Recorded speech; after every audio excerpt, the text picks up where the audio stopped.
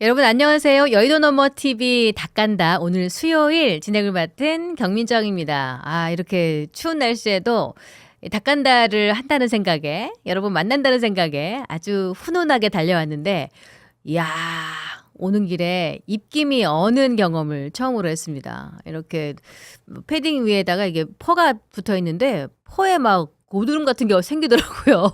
그래서 막 털면서 왔는데 깜짝 놀랐어요. 이렇게 추운 날씨에도 이곳을 찾아오셔가지고 여러분과 함께 대화하기 위해서 오신 고수의 제야의 고수들 한번 소개해 드리도록 하겠습니다. 자, 세 분 소개해 드릴게요. 정광재 전 국민의힘 대변인을 지내신 동현정치연구소장. 반갑습니다. 그리고 네, 안녕하세요. 네, 김정철 개혁신당 최고위원 어서 오십시오. 네, 안녕하십니까. 네, 그리고 배종찬 인사이트K 연구소장 나와주셨습니다. 안녕하십니까. 든든해요. 이렇게 세 분 모시니까 너무 든든합니다. 이 정도 추위는 추위가 아니에요. 그래요? 겨울은 뭐 이 정도는 추워야 되고 저는 수도권에서 가장 춥다는 경기도 연천이 고향 아니겠습니까? 네. 어렸을 때 이 정도 연천 추위는 이야기하시려고 지금. 연천 이야기하려고. 저는 오늘 정말 여러분들 놀라실 거예요. 왜? 제가 오늘 오토바이 타고 왔어요. 오. 오늘 영하 몇 도입니까? 영하 12도인가? 와, 체감온도 근데 지금 오토바이 탄다는 거는 예. 왜냐면 제가 평소에 오토바이를 영하 7도 이상이면 안 타는데 예. 오늘 딸이 시험을 보러 갔는데 아이고. 집사람이 야 차를 애를 데려다 줘야 된다. 아이고. 네. 그러니까 차를 가져가지 마라. 그래서 그냥 끽소리 못 하고. 근데 제가 오늘 또 급히 좀 움직일 일정이 있어갖고. 오토바이를 타고 오셨어요. 네, 오토바이 타고. 오토바이 타고 다니시더라고요. 좀 멋있다. 멋있어요. 멋있다. 아니 정광재 대변인이 추위를 안 탄다 그랬으니까 예. 오늘만 특별히 우통을 다 벗고 하죠. 네? 정성호 선배가 저희 초등학교 선배인데 아. 그 법무장관 별명이 근육캥거루잖아요. 제가 근캥2입니다. 사실 이야. 이거 벗으면 이제 근캥인데. 확인되지 않아서. 그러면 정말이야. 이 정도 머슬맨이라고 자부하시면 보고 싶지 나중에 않으세요? 그거 하나 해주세요. 달리다가 네. 대로변에서 이렇게 손 놓고 이렇게. 그거는 안 좋은 행위가 돼. 아니 오늘 동접자 5천 돌파하면은 예. 우통을 다 벗는 거고. 좋은데요. 바로 유튜브 정지 먹는 거 이제 아니에요? 보면 5천 넘고 바로 정지되는 거예요. 5천과 동시에. 김정철 후보가 살려주겠죠. 예. 그래요. 지금 세 분은 어떻게 좋아요 버튼 좀 누르셨습니까? 저희 지금. 저는 제 229번째가 접니다. 그래요. 고맙습니다. 여러분 지금 1,000분 정도 벌써 들어오셨는데 너무 감사하고요. 좋아요 버튼 눌러주십시오. 그리고 오늘 이 방송이 어떻게 이거 뭐지? 하고 한번 흘러들어오신 처음 오신 분 계십니까? 구독 버튼 좀 부탁을 드려보겠습니다. 지금 오신 분에 비해서 좋아요 개수가 많지가 않아요. 이 좋아요 눌러주시면 더 많은 곳에 이 영상이 알려지게 됩니다. 제 목소리가 들리네요. 바로 나오네요. 좋아요 그러네요. 눌렀습니다. 감사합니다. 그리고 앞에 계신 거 벌써 제가 나눠드린 육포를 지금 드시고 계신데 여러분 저희가 이 육포를 소개해드리는데 이 제품이 저희가 여의도 너머 TV 하면서 팔았던 것 중에 최고 매출 찍었어요. 이게 월화 엄청나게 팔려요. 불티난 듯이 팔립니다. 야, 이게 지금 세 가지 맛이고요. 하나는 치즈 맛, 하나는 오리지널, 하나는 매운맛이에요. 그래서 이렇게 예쁜 포장으로 된 게 총 20봉지, 이게 29,900원이에요. 그리고 이거를 좀 계산을 해보니까 한 봉지에 1,495원 꼴이거든요. 근데 보통 요 정도 되는 거 사려고 그러면은 적어도 한 3,000원 정도 줘야 된단 말이에요. 3,000-4,000원 정도 줘야 된다. 한 맥주 한두 캔 드시기에 아주 적당한 분량, 너무 맛있어요. 말랑말랑하고 딱딱하지 않죠. 그냥 막 넘어가지. 좀 일찍 왔잖아요. 방송 전에 시간이. 그래서 몇 개 먹었는데 진짜 맛있더라고요. 그렇게 이렇게 맛있나? 진짜? 그러니까 금방 뜯은 것도 아니고 이게 조금 저희가 막 먹다가 남겨놓은 것도 너무 맛있게 드셔가지고. 그거 남겨놓은 거였어요? 예, 저희가 제가 먹으려고 남겨놓은 건데 뺏겼습니다 아까. 아니, 이게 완전히 예. 밥도둑이 아니라 심도둑이네요. 마음을 마음을 뺏기네. 사진 보시면은 네. 바로 클리어했어요. 네. 클리어. 하나 다 먹었어요. 드셨어요 벌써? 다 먹었어요. 이야. 그래서 제가 진짜. 말씀드렸잖아요. 종찬이 형님한테는 세 개 놔두라고. 이게 식사 대용으로 좋겠네. 한 개 더 드리겠습니다. 감사합니다. 맛있게 드시면서 예, 방송해 주시면 감사하겠습니다. 근데 정말 맛있어요. 네. 네.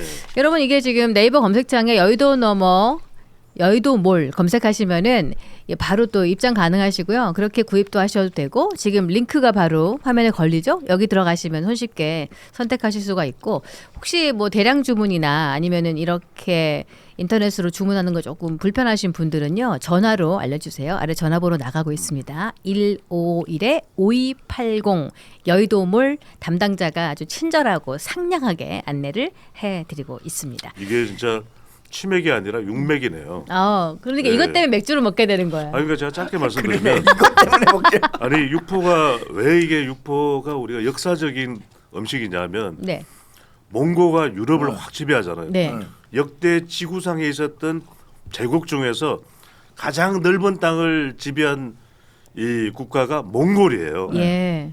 몽골이 그게 가능했던 게 육포야. 맞아요. 그러니까 이 육포는 상하지 않잖아요. 좀처럼. 그렇죠. 또 맛있어. 예. 그리고 또 이게 고단백이기 때문에 영양가가 팍 퍼져요. 포텐이 터져. 그러니까 이걸 말에다 딱 달고서 따가닥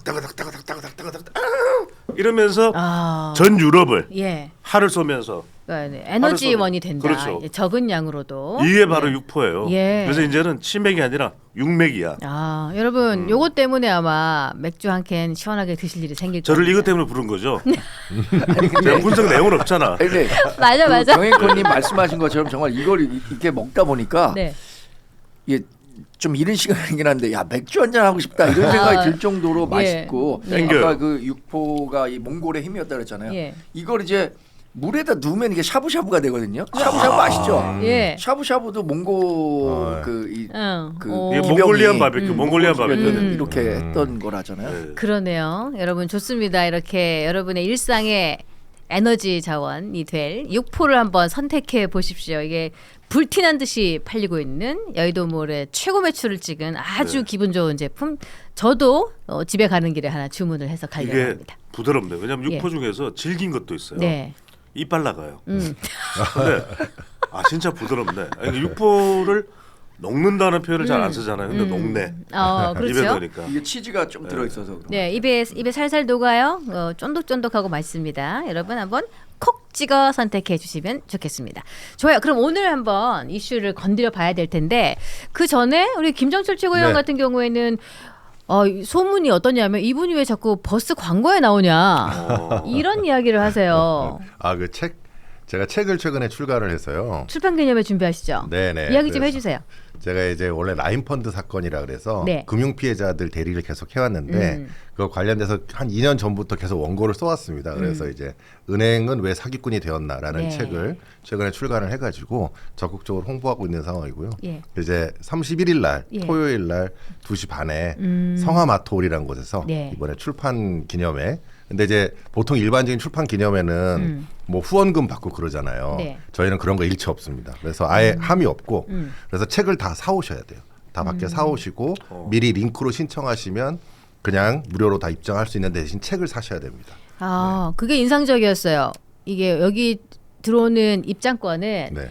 이 책을 직접 구입해서 오시는 겁니다. 네네, 이거 맞습니다. 구입해서 오셔야 들어오실 수가 있어요. 이게 맞습니다. 있어서 요즘에 보면 출판 기념회가 좀 후원금을 받는 그런 행사장으로 좀 전락했잖아요. 네네. 그 이미지를 타파하는 느낌도 되게 좋았다는 평가가 제가 있더라고요. 왜냐하면 예전부터 그런 비판을 페북에도 많이 했는데요. 네. 이게 출판 기념회가 사실은 저도 한번 누가 한다 그래서 가보기도 했습니다만 전혀 읽지도 않을 책이에요. 네. 근데 거기에 돈을 몇십만 원씩 어떤 사람은 막 100만 원도 주고 다 그게 어떻게 보면은 불법 정치 자금을 모집하는 몇 억씩 탈법적인 모인다 거죠. 하던데 한번 그러니까 하면? 그래서 네. 뭐 예전에 뭐 노웅래 의원이나 뭐 이런데 장롱에 예. 들어있는 돈이 뭐 그거라는 돈 맞아요. 이런 식으로 변명을 하잖아요. 네.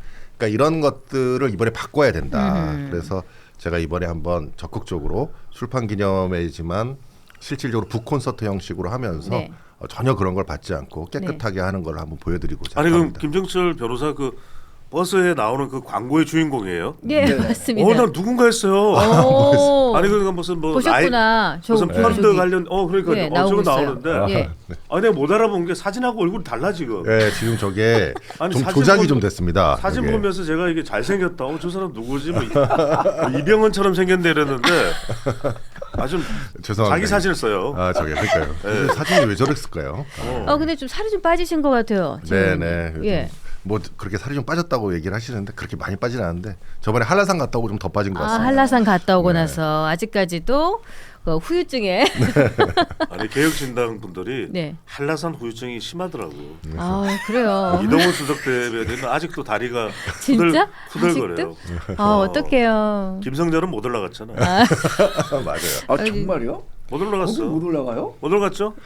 일단 제 입으로 말씀드리고 싶진 않습니다. 아니 근데 여튼 평소에 운동을 좀 열심히 하셔야 돼. 저는 여튼 운동 열심히 하세요. 저 네네. 진짜 운동 열심히 합니다. 열심히 잘. 한라산 등반 가능하십니까? 당장 아니, 내일이라도? 한라산은 5시간 얼마 걸렸어요? 한 3시간이면 올라가는 거 아닌가? 한 근데 우리가 저희 9시간 걸리지 새벽에 막 올라가니까 예. 너무 춥고 예. 그 막 앞은 하나도 안 보이는데 올라가니까 그게 힘들었던 거죠. 젊은 시절이긴 하지만 대청봉도 제가 5시간 안에 완주를 그러니까 올라갔다 내려오기까지 한 것 같은데. 오늘 조금 정황재 대변인이 짜증이 나네요. 짜증이 나네. 그러니까. 좋습니다. 야, 오늘 그러면은 여러 가지 이야기를 좀 해볼 텐데 그 출판 기념회 앞으로 잘 되시길 바라고. 네네. 책은 잘 팔리고 있죠 지금. 그죠? 네네 지금 예. 베스트셀러가 바로 목전에 있습니다. 10위 안에. 진짜요? 지금 진짜? 13위까지 갔다가 와. 아직 출간이 정식으로 풀리지 않은 상태 사전 예매인데도 지금 16위. 이야, 지금 13위 근래 이렇게 보기 드문 있습니다. 베스트셀러를 파는 저 사진 때문이야 사진. 출판 기념. 서울시장 선언, 출마 선언도 같이 비슷하게 하시는 걸로. 그 이제 아직 뭐 정식 출마 선언 하지 않았습니다만 뭐 개혁신당의 하나의 일원으로서 지금 준비를 하고는 있습니다. 네. 자, 지금 김원근님께서 미친다 광재하면서 막 웃고 계시고 재밌으신가 봐요. 그리고 대청봉 5시간은 오색에서 맞는 것 같아요. 오색에서 갔다 온 것 같아요. 맞아요. 오색에서 올라가셨겠죠. 서동욱님은 2,000원 후원을 해 주셨습니다. 좋습니다. 자, 오늘 한번 이슈를 파헤쳐 보도록 하겠습니다. 지금 로텐더홀 국회 로텐더홀에 장미꽃 향기가 그렇게 진동을 하고 있대요. 거기 뭐 바구니가 한 80바구니 이상 꽃바구니가 놓여 있고 거기에 단식 7일차에 코에 산소 유지 장치를 꽂고 계신 이 장동혁 국민의힘 대표가 이제 일주일 정도가 되다 보니까 이게 좀 위기의 순간 아니겠습니까? 건강상에도 좀 타격이 크게 왔을 것 같은데, 근데 이게 그러면 이쯤 되면 어떤 모델 우리가 보통 보면 단식 스타일을 좀 비교를 하게 되잖아요. 네. 어떤 길을 걷게 될 것인가에 대한 그 세간의 관심이 탁 모이면서 김성태 또는 이정현 어느 길을 걷게 될까? 이 사람의 그러니까 장동혁 대표의 출구 전략 어떤 게 있을까? 어떻게 보십니까? 우리 배종찬 위원님부터 한번 말씀 주시겠어요? 저는 첫 번째로는 단기적인 결집 효과는 있다고 봐요. 네. 그게 이제 두 가지로 데이터상으로 나타나는 게 리얼미터 조사에서 국민의힘이 지지율이 3.5%포인트 올라갔거든요. 네. 그리고 구글 트렌드로 보더라도 이제 검색의 추세를 보는 건데 지난 15일만 하더라도 검색 기준을 100으로 잡았을 때 20이 나왔단 말이에요. 그런데 오늘 새벽에 제가 이제 새벽 잠이 없어요. 제가 이렇게 해서 일어나서 구글 트렌드, 구글아 놀자 이러면서 내가 구글 트렌드를 해봤더니 100이 나왔어. 그러니까 우상향하고 있어요. 네. 그러니까 분명히 이 주목도나 그 다음에 정체성 강화나 그 다음에 한동훈 전 대표 이런 논란에 대해서 네. 이른바 차단하는 그런 효과는 분명히 있어요. 오늘이 상당히 고비예요. 왜냐하면 산소 호흡기를 끼면은 단식은 매우 이제 힘든 상태가 됩니다. 그러니까 보통 이제 전문 의학자들도 7, 8일이 고비라 그래요. 네. 그 지점에 왔는데 그 정도로 근데 악화됐다는 말이죠. 그렇죠. 마땅히 이제 근데 출구 전략이 없어. 네. 그러니까 홍익표 정부수석이 와서 대통령도 지금 큰 걱정을 하면서 보고 계십니다. 얼른 단식을 끝내십시오. 이래 줘야 이제 사람이 출구를 할 수가 있거든요. 네. 그다음에 또 이제 뭔가 통일교 신천지 특검이 왜냐하면 이게 민주당은 신천지 안 하면 안 하겠다는 거기 때문에 통일교 신천지 특검이 이제 이게 통과가 된다든지 네. 그러면 그게 통과됐으니까 뭐 공천 언급은 일단 좀 지켜보면서 할 수 있는데 오늘 아마 두 분 여기 계시니까 우리 김정철 또 변호사 계시니까 이준석 대표가 합류 가능성이 높아요. 그러면 동반 또 단식에 들어갈 가능성이 매우 높을 것이다. 네. 근데 단기적으로는 분명히 효과가 있어요. 근데 중장기적으로는 두 가지잖아요. 윤석열 전 대통령에 대한 입장 정리는 어떻게 할 거냐. 다음 달 19일이면은 1심 선고가 나올 텐데. 그다음에 한동훈 전 대표 관련해서는 이게 해결된 게 아니잖아요. 네. 해결된 일단은 지금 이제 이 잠복돼 있는 상태로 이제 이 전환은 됐지만 그래서 저는 단기적 효과는 있는데 중장기적으로는 어떻게 할래? 이게 안 보인다는 거죠. 우리 한동훈 대표님은 좀 찾아가네 어떤 이런 궁금증이 지금 가장 많은 질문 아니에요? 정광재 저는 대표님. 지금의 정치 상황이 굉장히 유감스럽습니다. 왜 유감스럽냐면 장동혁 대표가 정말 목숨을 걸고 쌍특검을 관철시키겠다라는 결기로 단식에 들어갔는데 네.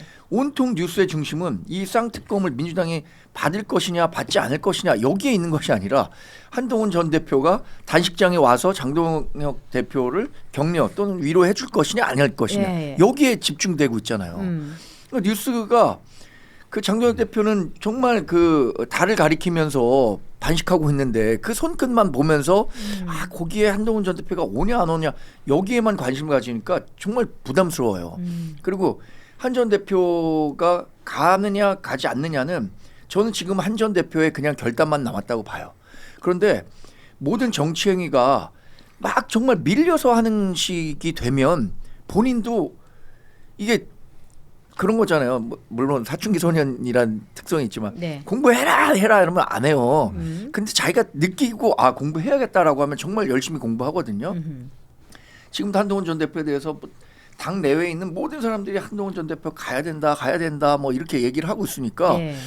마치 이게 그 선택이 아니라 이건 의무적으로 해야 되는 건가? 예. 라는 식으로 판단이 몰리니까 이게 좀 문제인 것 같아요. 저는 한동훈 전 대표가 자발적으로라도 갈 마음이 있을 거라고도 보거든요. 근데 다 가야 된다 이렇게 얘기를 하니까 정말 밀려서 마치 이거 안 하면 큰 죄 짓는 것 같은 그런 상황으로 몰리는 게 너무 아쉽습니다. 저는요. 네. 짧게 말씀해 우리 김정철 변호사도 말씀하셔야 되니까 저는 가야 한다. 왜 그러니까. 그러냐면 유승민 왔고 이준석 대표 곧 와요.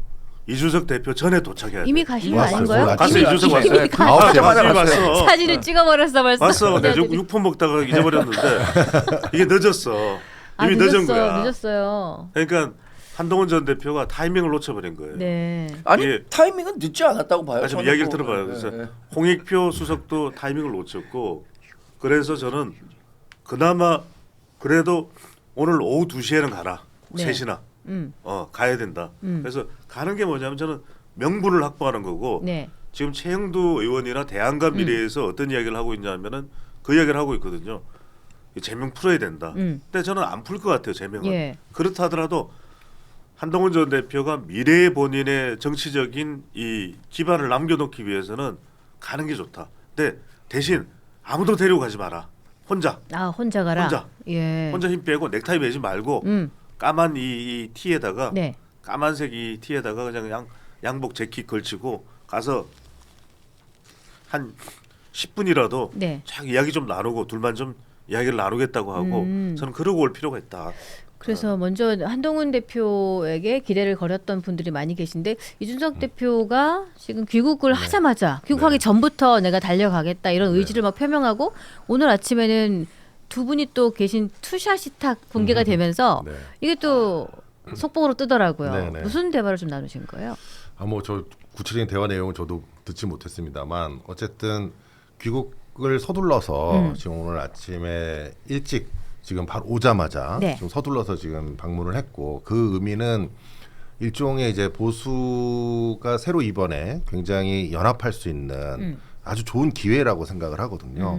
그래서 이준석 대표의 입장에서도 지금 이때의 이 추진력을 얻지 않으면은 네. 다시는 이재명 정권의 어떤 여러 가지 지금 폭정이라든지 문제점들을 지적하고 쌍특검을 통과시킬 수 있는 기회를 영원히 잃을 수도 있다. 이런 네. 어떤 위기감에서 그런 거라고 보여지고요.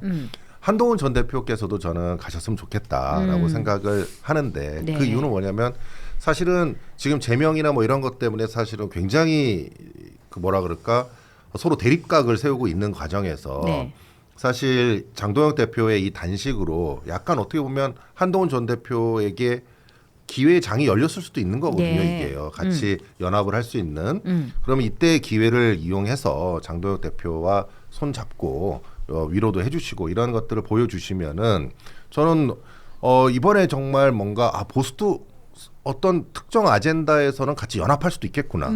그리고 우리가 정치 개혁을 위해서 한 걸음 나아가기 위한 발걸음을 같이 할 수도 있겠구나. 네. 지금 그 전에 싸우는 거 보면 결국 내 제명이 잘못됐냐 안 됐느냐, 거기에 게시판에 글이 뭐 옳았느냐 뭐 아니냐, 그런 실제로 글이 있었느냐 없었느냐 이런 걸 가지고 다투고 있잖아요. 이게 지금 큰 정치를 해야 되는 상황에서 너무 작은 이야기로 그 자신들의 어떤 이해관계에 너무 집중돼 있는 것처럼 보이기 때문에 이 부분에 이것을 좀 벗어날 수 있는 기회로 좀 삼으셨으면 좋겠다. 근데 지금 나오는 대화 내용을 보면은 네. 이준석 대표가 선점해 버렸어요. 가서 딱 만나면서 지금 대화 나온 내용을 보면은 일단은 장 대표는 이제 어떻게 얘기를 하냐면 여당은 아무런 미동도 하지 않는 게 너무 안타깝습니다. 목소리 똑같아. 한계가 오고 있습니다. 동원이는 언제 옵니까? 뭐 이런데 그 이야기는 안 한 것 같은데 하여튼 이렇게 이야기를 하니까 아니 제가 왜 말씀드리냐면 이준석 대표가 이야기를 했어요. 예. 대표님이 지휘관 역할을 해야 된다. 힘을 실어버린 거야. 야. 그러니까 보수 연대 앞으로 지방선거 앞두고 보수 대통합에 대해서 이준석 대표는 장동혁 대표에게 힘을 실어버렸어요. 이야, 물론 이제 여기 대해서 의미 있네요. 그런 이야기도 나옵니다. 일단 두 사람이 공동으로 일치하는 판단이 뭐냐면 생각은 뭐냐면 장동혁 전 대표를 이제 배제하려는 속셈 아니냐라는 이야기가 나오는데 어쨌거나 정치라는 거는 현실이잖아요. 당위가 아니라. 그러니까 이제 저도 이게 아예 한동훈 대표가 빨리 가는 게 차라리 나았을 뻔했던 거예요. 그냥 아예 단식할 때 한 이틀째나 사흘째 가버렸더라면 네. 이런 이야기 자체가 나오질 않았을 텐데 지금 이제 이준석 대표는 갖고 아예 이 말을 해버린 거예요. 대표님이 지휘관 역할을 해야 된다. 그러니까 야. 장동혁에게 아예 힘을 실어버린 거예요. 근데 저는 뭐 한동훈 전 대표가 만약에 좀 늦게라도 뭐 오늘이나 내일이라도 간다고 하더라도 그 시기가 늦었다라고 평가할 사람은 없을 것 같아요. 왜냐하면 그동안은 그래도 비교적 건강한 모습으로 그 단식을 하셨었고 지금서부터 고비거든요. 그래서 한동훈 전 대표가 가서 단식을 좀 그만하시라 건강을 생각해서 라는 메시지를 던진다면 그것에 대해서 온 것에 집중할 것이지 왜 이제 왔냐 이렇게까지 얘기한다는 것은 그야말로 억가가 되는 거거든요.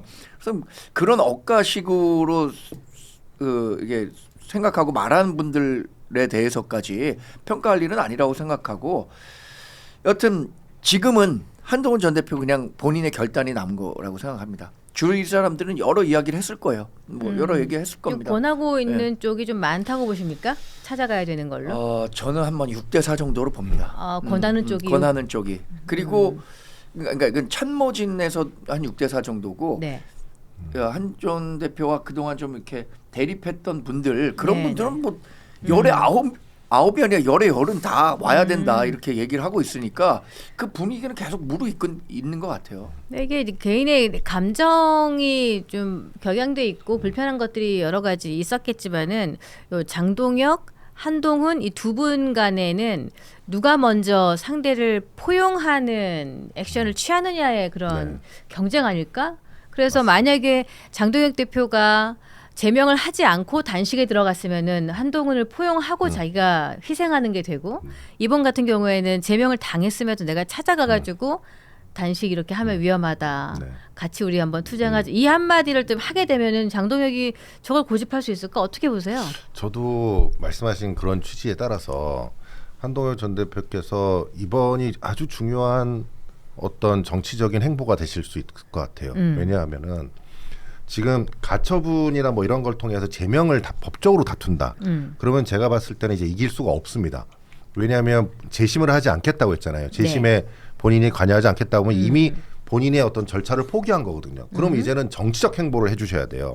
그러면 결국은 제명과 관련된 걸 법적으로 다투어서 승산이 없고 그런 상황에서는 정치적으로 이 부분을 타개해 나가셔야 되는데 그 타개하는 하나의 길이 지금 열린 거라고 저는 생각을 합니다. 그래서 적극적으로 주변의 참모진께서도 저희 개혁신당의 이준석 대표나 저희 당의 입장과 같이 저희가 뭐 무슨 내란 세력과 동조하려고 하는 거거나 뭐 윤호개인 세력과 동조하려고 이렇게 하는 게 아니잖아요. 그러니까 이거의 의미가 지금 다르다라는 걸 꼭 생각을 해주시고 그거에 따라서 한번 꼭 방문을 하셔서 같이 어떤 이 부분에 관해서 쌍특검을 통과시키고 정치를 개혁하고자 하는 이쪽에 한번 힘을 같이 실어 주셨으면 하는 바람을 갖습니다. 그래서 지금 뭐 일부에서 나오는 이야기가 한동훈 전 대표에 대해서 정치적인 도약대를 마련하기 위해서 뭐 탈당, 창당, 뭐 출마 이런 이야기를 해요. 무소속으로. 그렇죠. 저는 그 순간 한동훈 전 대표 죽습니다. 한동훈 전 대표는요. 오히려 저는 왜냐하면은 일단은 지금 당권을 쥐고 있는 사람이 장동혁 대표잖아요. 오히려 한동훈 전 대표가 내려놓을수록 더 동정 여론이 생겨요. 언더독 이펙트가 저는 생긴다고 봅니다. 그래서 저는 찾아갔는데 그냥 혼자 가는 거예요. 그런 다음에 장동혁 대표에게 너무 고생이 많다. 공감한다. 그렇죠. 그리고 내가 할 역할이 있으면 뭐 지금 제명 처분까지 받은 사람이잖아요. 그런데 백의종군하는 거죠. 어떤 역할이든 좋다. 불쏘시개도 좋으니까 내가 할 수 있는 역할이 있다면 내 역할을 하겠다. 그거 뭐 내가 할 역할이 있으면 알려달라. 이러면 바라보는 이 사람들이 중요한 거, 지지층들이 중요한 거예요. 그 사람들은 한동훈 전 대표가 이제는 정치인이 됐구나. 그 동안에는 전 법무부 장관 한동훈, 검사 한동훈, 조선 제일검입니다. 네. 이랬던 한동훈 전 대표에서 저는 거듭날 것 같아요. 네. 그러면은 장동혁 대표도 이렇게 이야기하는 한동훈 전 대표에 대해서 제명을 고집한다. 네. 저는 제명 고집을 지금 상태로는 제명합니다. 그런데 한동훈 전 대표가 그런 태도를 보인다면 제명이 어려워질 가능성이 있을 것 같아요. 저는 지금의 당내 분위기 뭐 제가 뭐 취재한 바에 의하면 제명은 이제 기정사실화된 것 같아요. 만약에 한 전 대표가 이번에 면회를 간다, 그러니까 뭐 위로 방문을 하고 격려를 한다고 하더라도 제명 카드를 돌이키기가 쉽지 않을 것 같은데 제명을 당한다고 하더라도 한동훈 전 대표가 갔었을 때 얻는 정치적 자산이 좀 커질 수 있지 않을까. 저는 사실 뭐 이 부분에 대해서 가야 된다 말아야 된다라는 부분에 대해서 특별히 어떤 의견을 드리지는 않았습니다만 계속 갈수록 이 의견이 커지는 것 같아요. 가야 된다. 그러니까 이 부분을 본인도 실감하고 있을 거거든요. 체감할 겁니다. 그러니까 그 말씀드린 것처럼 오늘 내일 중에 한동훈 전 대표의 결단만 남은 것이고 한동훈 전 대표를 지지하는 사람들은 한동훈 전 대표가 어떤 선택을 하든 간에 지지할 거예요. 갔다라고 하면 역시 우리 대표님은 큰 사람이야. 큰 정치할 줄 아는 사람이야. 이렇게 얘기할 거고 지지하지 않는 사람들은 그래도 한동훈 전 대표가 바뀌었구나. 이렇게 평가할 수 있다고 보기 때문에 한 전 대표가 어떤 뭐 계획을 갖고 있겠죠. 그러면 우리 닭간다 패밀리 여러분께 한번 여쭤봐야 되겠어요. 투표를 한번 하시죠. 투표. 지금 1921명이 들어와 계시는데 여론조사할 때 보통 요 정도 샘플 이하로 돌리잖아요. 좋아요. 자, 1921 너무 좀 안 되는데. 1986 샘플 됐습니다. 여러분 네네. 저 한동훈 대표가 장동혁 대표를 방문해야 된다. 1번 방문하지 않아야 된다. 2번 지금 마음껏 좀 눌러주십시오. 1번 방문해야 된다. 2번 방문할 필요 없다. 가지 마라. 네. 2번 한번 여론을 한번 보도록 하겠습니다. 여기 통계를 한번 내봐야 되겠어요. 아니 제가 이제 또 데이터 전문가니까 네. 이런 사례가 있어요. 1992년으로 기억을 하는데 그때 이 정말 전국이 어수선했어요. 왜냐하면 그때 YS도 있었고 3당 합당 때문에 또 꼬마 민주당도 있었고 그리고 박찬종도 있었고 뭐 여러 이 시끌시끌 벅적할 그런 시기였어요. 노태우 정권 때인데 92년도에 대선이 있었는데 그때 이 YS는 정말 본인의 그 꿈을 이루기 위해서 자기를 정말 싫어한다고 알려졌던 박찬종을 찾아가요. 근데 박찬종 쪽에서는 오지 마라 그래요. 근데 찾아갑니다. 그러니까 문전박대는 할 수 없으니까 박찬종을 딱 만났어. YS가 김영삼이 딱 만나자마자 다른 이야기 안 해요. 딱 제가 YS 박찬종이잖아요. 자 투샷 좀 잡아주세요. 투샷 좀 잡아주세요. 투샷 좀. 자 손을 덥석 잡으면서 박 동지 기도합시다. 확실히 종식 시킵시다. 이게요. 박찬종이 이 손을 뿌리칠 수가 없어요. 그래서 저는 한동훈 전 대표의 종교는 뭔지 모르지만 이 장동혁 대표가 성경 펴놓고 보는 사람이잖아요. 가서 같이 기도합시다. 그러면 저는 명분을 만드는 거예요. 설사 제명이 되면 제명이 되는 대로 그 이 앙금이 남아 있겠죠. 그 가루는 남아 있는 거예요. 한동훈 전 대표 그래도 이제 좀 정치인답다. 한동훈 전 대표가 이제 정치인이 됐구나.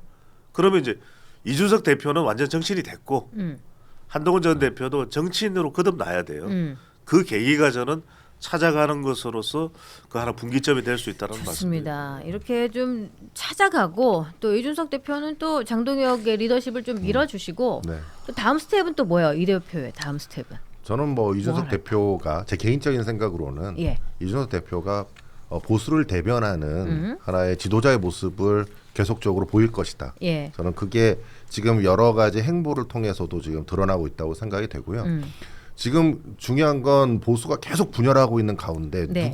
누가 이 보수를 집결하게 만들 수 있느냐, 누가 조금 이 사람들을 화해하게 만들 수 있느냐, 이거에 대한 정치적 메시지를 낼 수 있는 힘을 가지고 있느냐. 네. 여기에서 저는 이준석 대표가 지금 선두주자로서 자신의 모습과 정치적 어떤 메시지를 제시한다고 보고 있고요. 네. 지금 한동훈 전 대표 같은 경우에도 지금 공간이 열렸을 때 민주당 측이나 또는 청와대 측에서 방문하기 전에, 예. 그러니까 장동혁 대표를 방문하기 전에 더 늦기 전에 하시기를 꼭 바랍니다. 아 그래요. 지금 그래서 저희가 여의도 너머에서 설문조사를 돌리고 있어요. 한동훈 대표가 장동혁 대표 방문해야 된다. 예.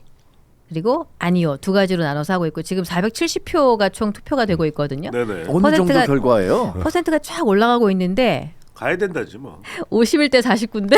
와, 아 팽팽하네요. 예. 예, 팽팽하네. 지금 보니까 아니요 쪽이 조금 더 가요. 제가 알기로는 어. 한동훈 대표 지지자들은 예. 감정이 많이 상해 있기 때문에 예.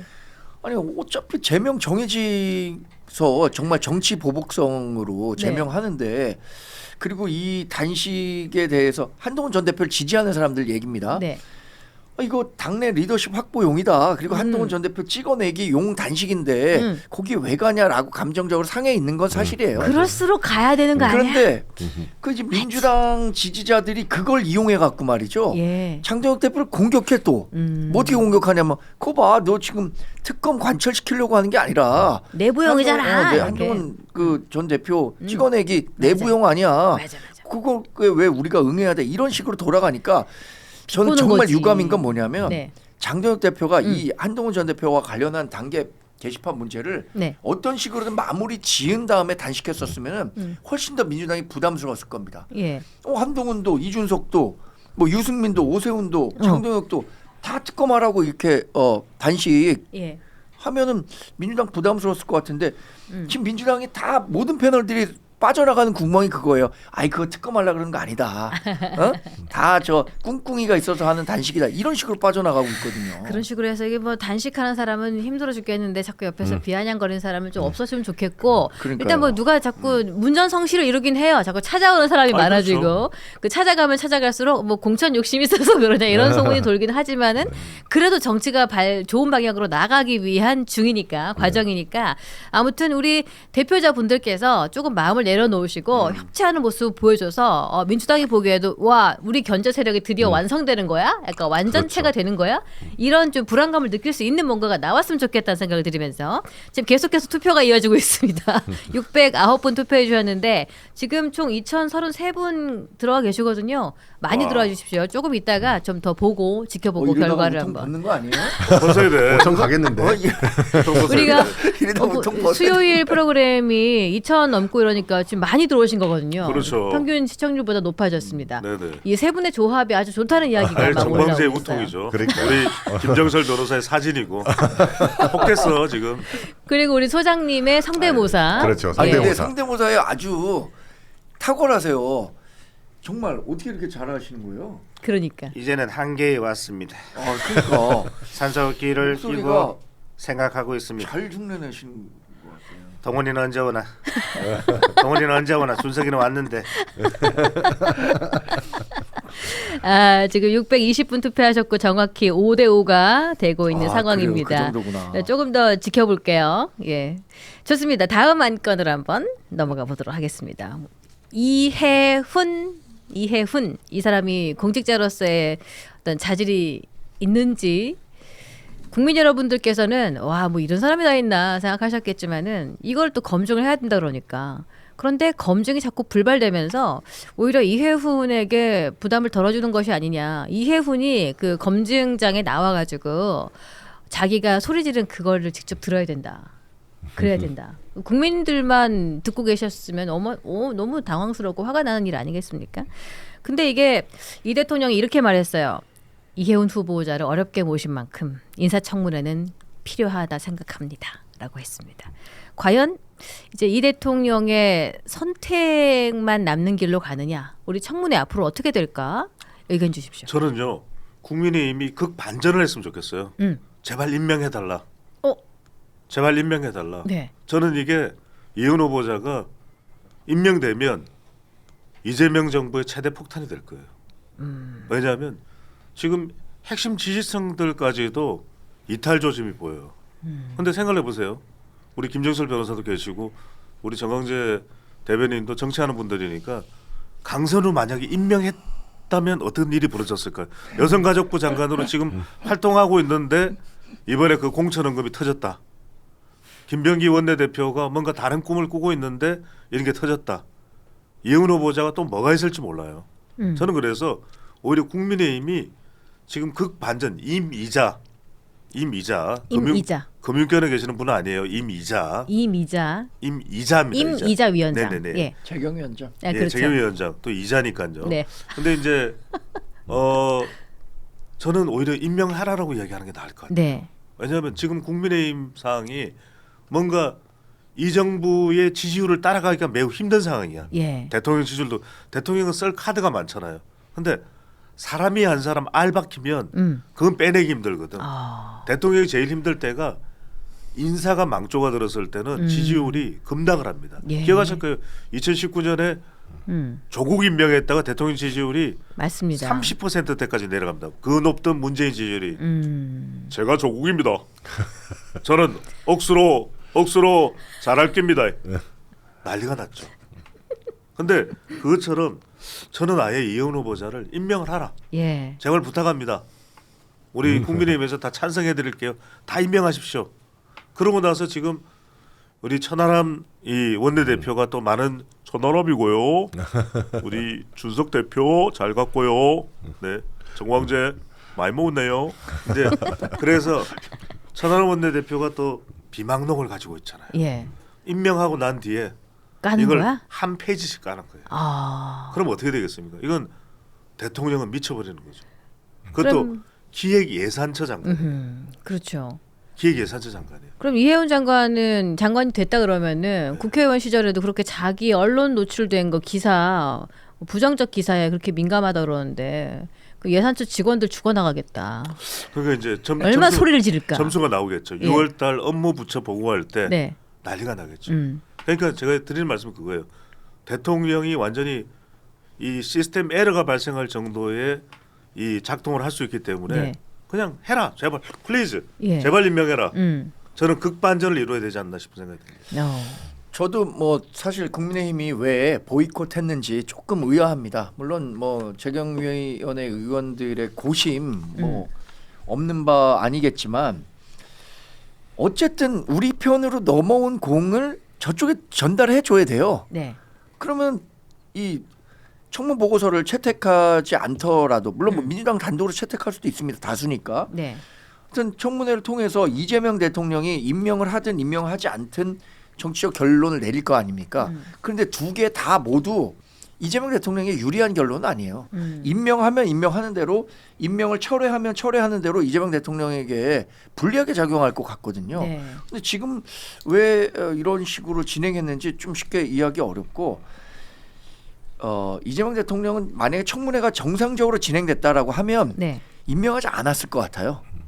기회는 주되 그러나 이런 국민 여론 또 민주당 내에서의 반대 여론 이런 걸 바탕으로 해서 부담스럽지만 내가 철회하겠다라고 결정했을 것 같은데 네. 왜 이 결론을 지금 국민의힘이 그냥 안고 있는지 모르겠어요. 그냥 이재명 대통령의 어려운 공 왔으면 토스를 했어야 되는데 패스를 했어야 그러니까 되는데. 이 대통령 입장에서는 강행하건 철회하건 모두 좀 부담이 되는 부분 아니겠습니까? 두 가지. 그러니까요. 이게 지금 사실은 국민들한테 이런 후보가 정말 장관이 된다는 거는 국민들의 입장에서는 받아들이기 어려운 저는 부적격자임이 명백하다고 보여지는데 네. 이게 문제는 국힘에서 삼선 의원을 했던 분이기 때문에 국힘에서 비판을 하는 것이 국민들의 입장에서는 이게 잘 받아들이기 어려운 거예요. 민주당 쪽에서 얘기하는 것처럼. 그럼 그 사람은 지금까지 어떻게 그렇게 국힘에서 그렇게 중요한 자리를 다 차지하고 네. 공천을 받아서 했느냐. 그런 비판을 벗어나기 어려운 거죠. 네. 그러다 보니까 사실은 이분의 지금 여러 가지 뭐 비망록 지금 천하람 원내대표가 공개하고 있는 비망록 이런 걸 보게 되면 과연 이분이 정말 장관직을 수행할 수 있을 것이냐. 막 이분의 뭐 기도 내용들이 뭐 낙선 기도 이런 거 하잖아요. 네. 이런 거 보면 하나님은 그런 거 들어두지도 않지만 그러니까 이런 걸 통해서 결국은 기독교에 대한 잘못된 왜곡된 인식을 줄 수도 있어요 이게. 그래서 기독교 교인들 입장에서도 이런 건 반대해야 난감할 된다. 것 같아요. 그러니까요. 이게 하나님이 그런 기도 들어주려고 하는 건 아니잖아요. 잘못해놓고 회개하면 다야 뭐 그런 거지. 지금 이런 분이 만약에 또 정말 장관이 된다. 네. 그러면 이걸 바라보고 있는 수많은 청소년들과 청년들의 입장에서는 예. 아, 이런 분이 장관이 될 수 있구나. 이렇게 해도 장관이 될 수 있구나. 나도 이런- 대충 살아야지. 못되게 해야지. 원래 이렇게 살아야 되나 보다. 그렇지. 이렇게 생각할 수도 있어요. 그래서 이래야 저는 최고의 자리에 가나 보다. 그러니까 저는 이 부분이 저는 굉장히 중요하다고 생각을 예. 하고 뭐 배종찬 선생님 말씀하신 것처럼 정말 그냥 돼가지고 나중에 정말 큰 문제가 드러나서 네. 쌤통이 됐으면 좋겠다는 마음도 있지만은 예. 메시지가 전달되는 그러니까 청년층이나 지금 청소년들이 이거를 바라볼 때 얼마나 그 상실감이 생길 수 있잖아요. 네, 그렇죠. 지금 또 뭐 원펜타스 문제도 정말 이건 전 심각하다고 생각을 하고요. 그런 측면에서 반드시 후보 자리에서 사퇴해야 된다. 저는 이런 말씀 드리고 싶은 게 네. 국민의힘에서 극반전해서 제발 임명하십시오라고 이야기하잖아요. 그러면 이제 민주당이 오히려 태도를 바꿀 거예요. 아유 지금 이거는 아닐 것 같은데. 아니, 대통령도 대통령실에서도 청와대에서도 그런 이야기 나오고 제발 임명해 주십시오 그러면은 그건 아니고 내용 보니까 힘들 것 같아요. 이렇게 나오 정반대로 나요. 우리 그렇잖아요. 애들 보고 하라 그러면 안 해. 오히려 하지 말라면 하고 제발 해. 싶지. 나가 네 하고 싶은 대로 해. 아니, 그러면 그러니까 안 해요. 아까 한동훈 전 대표에게 가라 그러니까 지금 고민하고 있어요. 아니 그거는 가야 돼. 그건 다른 이야기. 거기 가지 말라 해야 간다는 거지. 그 왜 거기다 갖다 대? 그건 다른 이야기죠. 지금 한동훈 전 대표, 제가 이 말씀 드릴게요. 한동훈 전 대표가 가는 건 네. 장동혁을 위해서 가는 게 아니에요. 맞아요. 한동훈을 위해서 가는 거예요. 한동훈을 위해서. 그럼요. 그런 한동훈을 거지. 위해서 가는 거예요. 맞아요. 저는 근데 이혜훈 후보자에 대해서 이런 말씀 드려요. 아니 본인이 정의로운 사회를 만들기 위해서 정치하겠다라고 했어요. 근데 우리가 흔히 생각하는 정의로운 사회를 뭐 소설책이든 영화든 어떻습니까? 인과응보와 사필 규정이 돼야 정의로운 사회거든요. 그런데 이렇게 아랫사람에게 뭐 소리 지르고 편법, 물법적인 요인 통해 갖고 로또 아파트 청약하고 네. 이런 사람이 부와 명예를 동시에 다 얻어서 그 영화가 끝난다고 한다면 그 관객이 영화 보겠습니까? 열받아 갖고 화딱지가 나가지고 그 영화 욕을 안 하겠지. 보죠. 인과응보 사필 규정이라는 측면에서 이혜훈 후보자는 낙마해야 돼요. 예. 그리고 원펜타스도 꼭 저걸 뱉어내야 끌어내. 돼요. 그럼 그게 그것도 사필 규정이에요. 10%부터 계약금도 물어내야 돼. 계약금은 떼이게 된다 그러더라고 그거. 왜냐하면은 그렇죠. 중도금하고 냈었던 거는 돌려받는데 네. 계약금은 계약 당시에 그 취소 사유가 일방에게 존재하기 맞아요. 때문에 계약금은 돌려받을 수 없다 그러더라고요. 그게 아니 분양가가 이게 사필 규정이고 36억이니까. 인과응보지 계약금이 한 3억 6천이나 그러니까 한 3억 되는 5억 거야. 됐겠죠. 맞아요. 그 이분이 지금 최근에 언론에 나오면서 한 말이 기가 차는 거예요. 의혹이 사실은 아니잖아요. 막 이렇게 아유. 얘기하는 거예요. 뭐 이거 뭐 성대모사 대회예요 오늘? 그 낭창한 목소리로 배워야겠네. 의혹이 사실은 아니다. 이게 너무 화가 나는 건데 이분을 그냥 스스로 낙마를 할 생각이 없으면 스스로 사퇴할 생각이 없으면 없어요. 사회적인 여론 자체가 이 사람의 그동안의 잘못을 스스로 돌아볼 수 있는 계기를 반드시 한번 만들어주고 근데 싶다는 이 생각이 이야기 들을 드네요. 거예요. 우리 최고의 또 경민정 앵커께서 제가 오늘 방송이 잘 되는 이유가 6% 먹어서 그런 것 같아요. 너무 한 잘 봉지 돼요. 더 드릴까? 다 드셨어요? 점심 먹어야 돼요. 이 정재변이 한 개 더 주세요. 네. 다 드셨네? 저도 다 먹었습니다. 일단 하나 더 가져갈게요. 근데 예. 이 말씀 6% 힘이 나죠. 몽고 네. 정말 이 징기스칸 네. 징 징기스칸. 말을 타기 네. 어려울 것 같은데.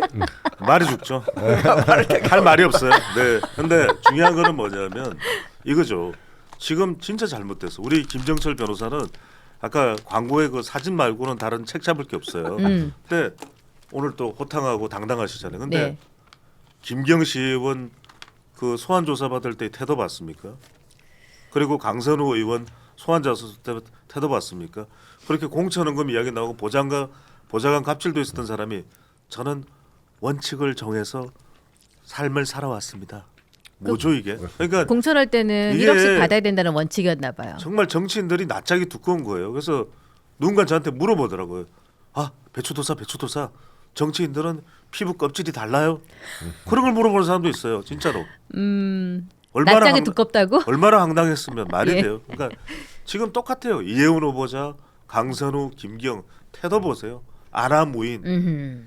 그러니까 저는 자칫 잘못하면 이게 우리 정치권의 뉴 노멀처럼 돼버린 거. 차라리 네. 아무리 죄를 지어도 당당하게 자기 딱 꽃단장하고 나가서 이게 말이 안 되죠. 지금 우리가 대화하고 있는 가운데 동조 단식하던 김재원 예. 최고위원이 단식을 3일 만에 중단했다는 속보가 떴습니다. 아, 왜죠? 힘들겠지.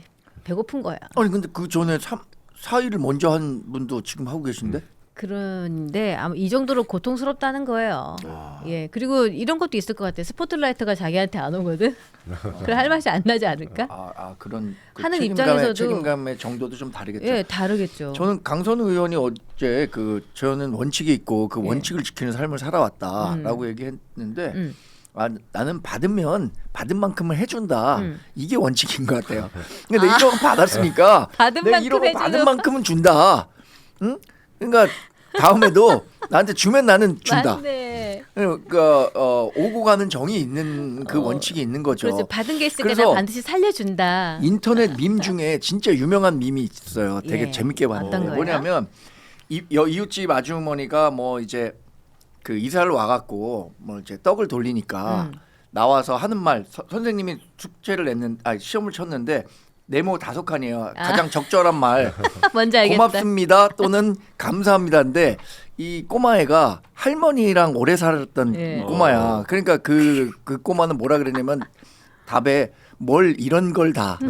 이것도 정답이죠 사실. 어우, 그 추임새 넣어야지. 어우, 뭐 이런 걸 다. 뭘 이런 걸. 어우 뭘 이런 걸 다. 이게 딱 적당한 표현 아닙니까?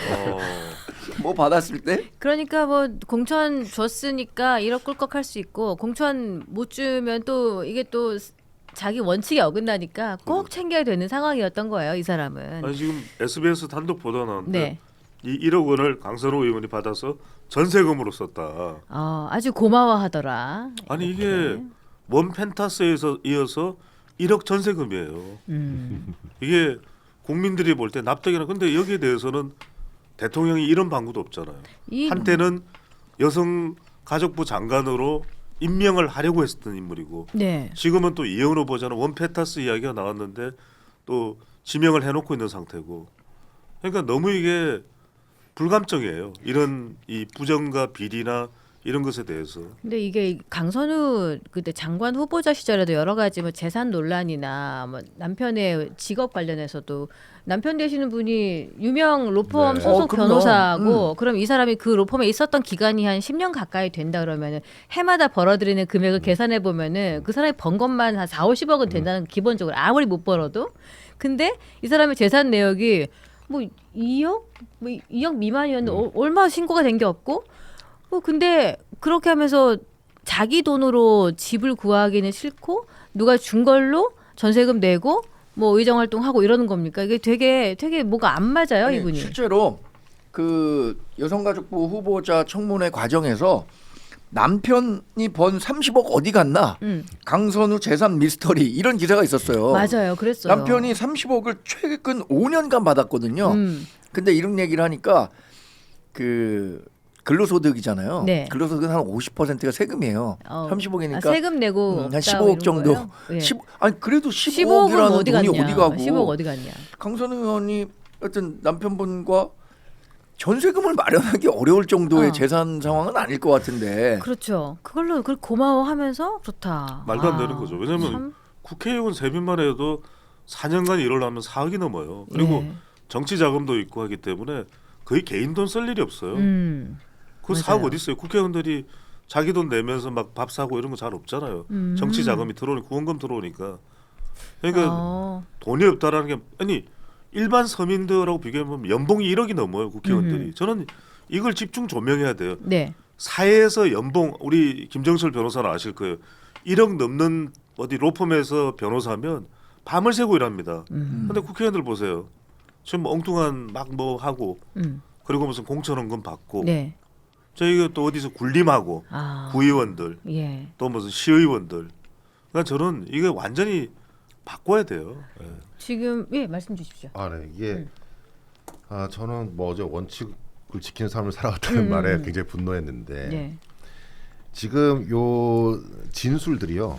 지금 다 틀리잖아요. 이게 지금 어떻게 보면 전부 거짓말을 하고 있는 것 같아요. 전부. 저는 김경 시의원도 일부 팩트와 일부 거짓말을 섞어서 지금 네. 얘기를 하고 있는 것으로 보여지고요. 1억 원을 전세금으로 썼다. 그리고 돌려받았다고 했잖아요. 이 돌려받지 않았을 가능성도 굉장히 높아요.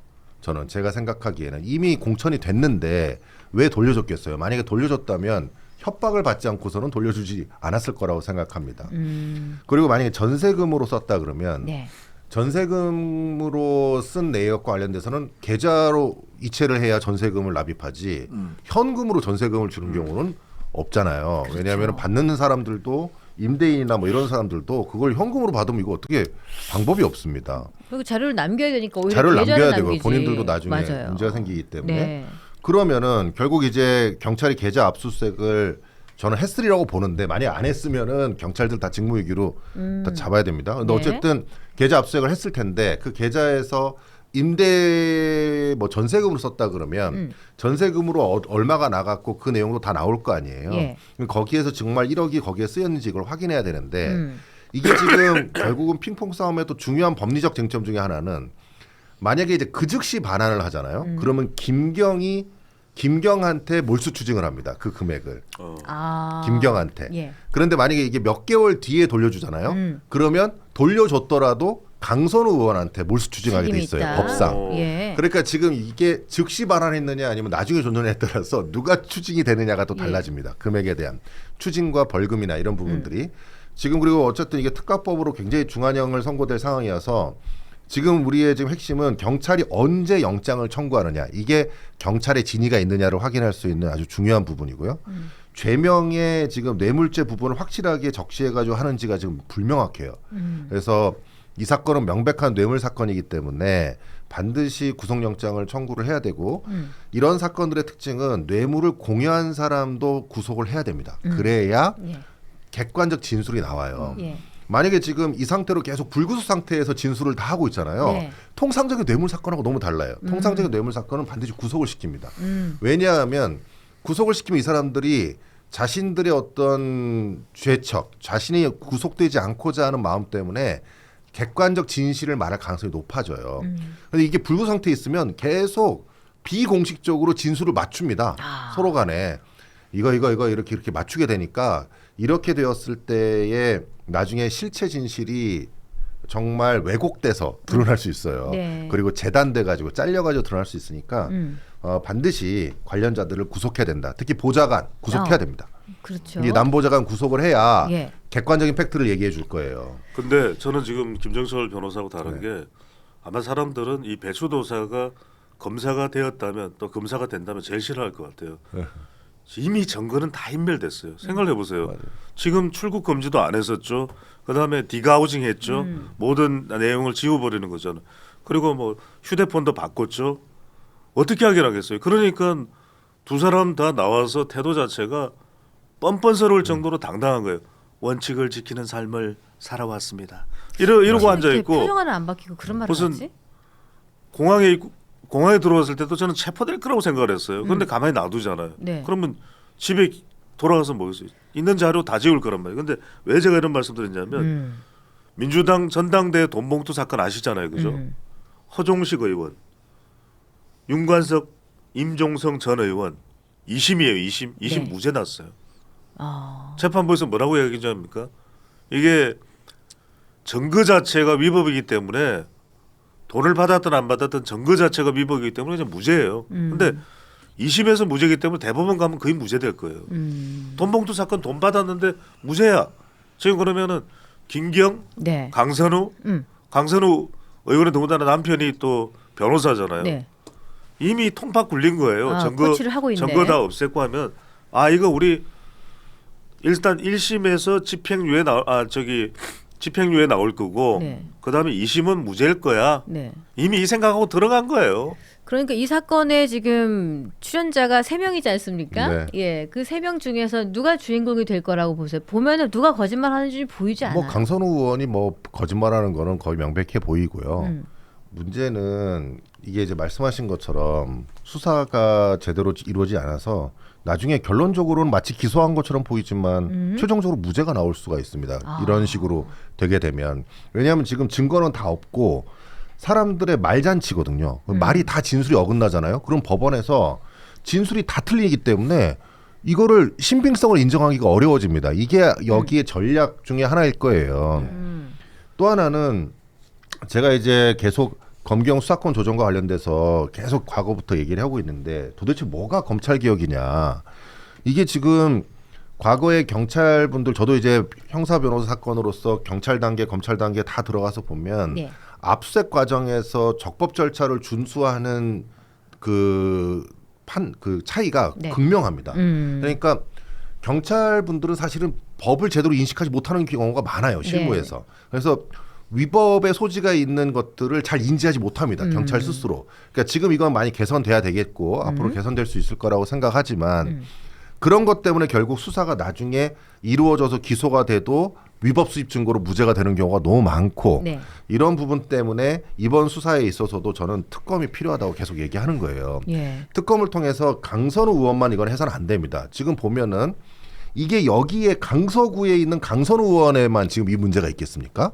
지금 전체 다 문제예요. 다른 구의 지역구에도 다 마찬가지고 이 구조가 완전히 거의 고착화돼 있는 것 같아요. 이 사람이 초선에 그렇게 돈을 받았으니까 그럼요. 얼마나 썩은 거야. 얼마나 썩은 거예요. 그리고 그거 보면은 지금 각 지방의회의 그 사이트에 들어가 보면요. 예. 구의 사이트에 들어가 보면 거기에 저게 나오잖아요. 자기네들 그 내역, 업무 집행 내역 보시죠. 업무 추진. 제가 최근에 강서구에 있는 업무 추진 내역도 한번 찾아보고 네, 다른 곳도 어떻던가요? 찾아봤더니요. 네. 다 음식 먹은 거예요. 거의 80% 이상이 다 음식 먹은 겁니다. 그러면 그 음식 먹을 때 뭐 의정 활동으로 먹었다 하지만 결국은 지금 여기 김병기 원내대표처럼 김병기 전 원내대표처럼 구의원들의 법인카드를 가지고 자기들끼리 활동하는데 다 쓴 거예요. 그런 일들이 얼마나 많겠어요 지금. 그리고 특정 식당에 집중적으로 결제되는 것도 엄청 많습니다. 빙산의 일각일 뿐이다. 빙산의 일각이에요. 그럼 이거를 맞습니다. 털려면 김병기 전 원내대표와 강선우 의원의 핸드폰을 입수를 했으면 거기에서 파생되는 게 얼마나 많겠어요. 그리고 여기에 관련돼서 공천심사 관련된 자들이 엄청 많잖아요. 네. 공천심사 과정에서 그렇죠. 이 사람들의 관련 것들을 타고 들어가면 전체적으로 다 확인할 수 있는데 그걸 안 하는 거예요. 그걸 하지 못하게 하는 겁니다 지금. 경찰은 아마 여기서 멈추려고 할 거예요. 이 사건의 요 3명의 사건으로 멈추려고 할 겁니다. 경찰은. 네. 만약에 검사였으면 검찰이었으면 그렇게 했을까요? 예전에 대검 중수부가 만약에 이걸 움직였다고 치면 요 3가지 사건에서 멈췄겠습니까? 아니죠. 거기에서 극명한 차이가 있는 거예요. 예. 더 놀라운 거는 네. 초선의 강선우 의원 지역구가 강서구 갑이에요. 네. 물론 뭐 민주당이 유리한 지역입니다. 동작구 갑의 김병기 의원 뭐 유리한 지역이긴 하지만 서울 예. 정말로 여의도를 중심으로 불과 10km 떨어진 지역에 있는 분들이 이렇게 공천 헌금 받고 했다는 거가 드러난 거잖아요. 사실 그런데 어떻습니까? 우리가 일반적으로 평가할 때 지역으로 갈수록 이 그 공천 헌금과 관련한 연쇄 그 사슬이 더 촘촘히 짜여져 있다 이렇게 얘기하잖아요. 실제로 서울 같은 경우에는 뭐랄까 그 지방 같은 경우에는 단체장들이 쓸 수 있는 예산이 그 지역에서 차지하는 비중이 굉장히 큽니다. 네. 영향력도 크고 그리고 공천만 받으면 당선되는 지역이 많아요. 이런 지역에 가면 지금 드러나지 않은 거고 정말 빙산의 일각이라고 봐야 될 것 같아요. 맞습니다. 그래서 지금 얘기하신 이게 특검이 돼야 되는데 이 특검이라는 것은 과거에 제가 특검 뭐 여러 성과를 냈었던 분과도 한번 얘기했었을 때 이런 얘기 하더라고요. 내가 특검 칼 자루를 쥐고 있는데 칼이 어디로 춤추는지 자기도 모르겠더라. 그래서 어디로 향하는지 모르겠다는 거예요. 이게 더 윗선으로 갈 수 있다고 보거든요. 민주당. 그러니까 그 공천헌금 특검은 절대 안 받는 거예요. 저는 만약에 이번 그 장동혁 대표의 그 단식에 따른 출구 전략 한다면 통일교 특검은 본인들이 약속했기 때문에 받을 수 있을 것 같아요. 그 다음에 신천지 특검은 본인들이 그냥 원하면 언제든지 통과시킬 수 있어요. 예. 그래서 그 정도 될 것 같고 공천헌금 특검은 민주당 전체를 들여다보겠다 이거에 대해서 뭐 일말의 그 양보도 없을 겁니다. 좋습니다.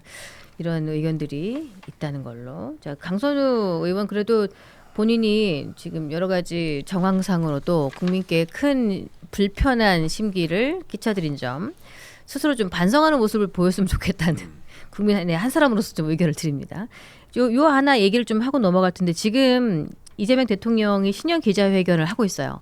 근데 여기서 지금 이 말이 나왔어요. 이해훈 문제 있어 보인다. 어떻게 할지 아직 결정 못했다. 청문회 보고 판단하고 싶었는데 완전 원천 봉쇄됐다. 청문회를 지금이라도 해주면 좋겠다. 이해훈에 대해서 시간을 두고 판단을 해야겠다. 그러니까 뭐 보좌관 갑질 뭐 어떻게 검증을 하나 이런 것들에 대해서 질문이 나온 것 같고 이 말이 좀 인상적이네요. 이해훈 지명 이 정도로 극렬한 저항이 있을 줄 몰랐다. 이렇게 심할 줄 몰랐다. 이 얘기가 지금 막 실시간으로 나오고 있어요. 이런 거 좀 어떻게 보세요? 이재명 대통령도 좀 많이 난감한 상태다. 지금 말씀하시는 걸로 봐서는 좀 그렇지 않나 싶은데요. 그렇죠. 지금 보면은 대통령 신년 기자회견에서 가급적 민심을 자극하는 발언을 좀 안 하고 있어요. 예. 그러니까 이혼에 대해서도 민심이 워낙 안 좋은 걸 아는 거죠. 보고를 받을 테니까. 그다음에 환율과 관련해서도 질문이 나올 수밖에 없으니까 대통령 질문 받고 이렇게 환율 한두 달 뒤면 1,400원 저로 떨어질 것. 그러니까 이건 뭐 미래의 일이니까 네. 그냥 긍정적인 이제 기대치를 올려놓는 거죠. 그다음에 세금으로 집값 잡기는 자제해야 된다. 보유세는 부당하다라고 이야기를 하고 공급 이야기가 없어요. 그러니까 이것도 답이 안 나오는 이야기잖아요. 북한이 핵무기 포기하겠나 이상만 쫓다가 핵무기 늘어났다. 그러니까 이게 신년 기자회견은 상당히 좀 대통령도 민심의 눈치를 보고 있거든요. 근데 이해훈 후보자 관련해서는 제가 아까 말씀드린 그대로예요. 청문회를 하고 나면은 대통령도 굉장히 임명하기가 힘든 상황이다. 네. 그래서 국민의힘도 청문회를 하면서 제가 아까 말씀드렸잖아요. 극반전 임명해라. 그럼 절대 임명 안 할 거예요. 저는 국민의힘에서 아예 임명하시죠. 그럼 그렇게 네. 원하시면 아예 그냥 이해훈 후보자를 그렇게까지 원하시는데 하시라. 그러면 그때는 저는 안 할 것 같아요. 대통령이. 국민의힘 쪽에서 보기에는 어떠세요? 끝내 어떤 결정을 내릴까? 이재명 대통령이 청문회 보고 네. 임명 철회할 것 같아요. 그러니까 청문회 했었으면 하는 생각이에요.